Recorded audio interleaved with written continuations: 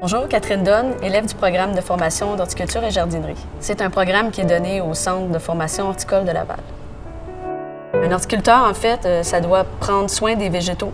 Ça doit s'assurer que la croissance est adéquate, que l'environnement est adéquat. Ça peut travailler dans un centre jardin comme conseiller vendeur. Ça peut être horticulteur pour une municipalité, ça peut être producteur en serre, travailler pour un terrain de golf, avoir une entreprise d'entretien paysager ou même travailler pour l'entretien de plantes intérieures. Il faut absolument aimer la nature, accepter aussi les conditions parce que souvent on travaille à l'extérieur. Donc il faut faire avec la chaleur, il faut faire avec la pluie. Donc dans le fond, les cellules végétales sont non différenciées. Ce que ça veut dire, c'est qu'elles peuvent changer de rôle au besoin. Par contre, la cellule animale, elle ne peut pas effectuer un autre rôle. Par exemple, une cellule cardiaque ne pourrait pas exercer une autre fonction que celui du battement du cœur.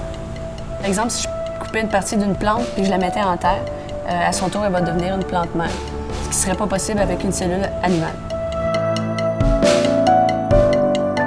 Une autre grande différence, c'est que les plantes sont généralement vertes car elles contiennent un pigment qu'on appelle la chlorophylle. Ce pigment permet à la plante de capter l'énergie lumineuse et de la transformer en sucre. Un des concepts scientifiques importants, c'est la photosynthèse. C'est l'eau et les sels minéraux qui montent, donc c'est la sève brute. Arrivée au niveau des feuilles, elle va capter l'énergie lumineuse, transformer le dioxyde de carbone en oxygène.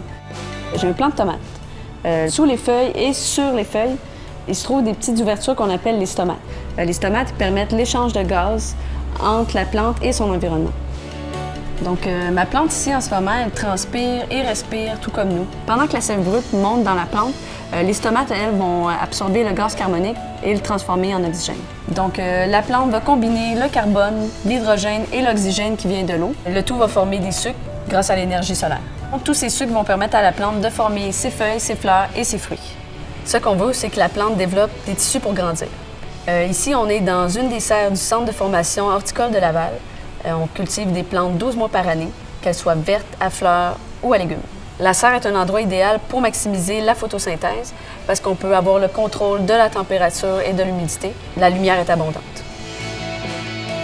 Voici donc l'importance de la photosynthèse dans mon travail.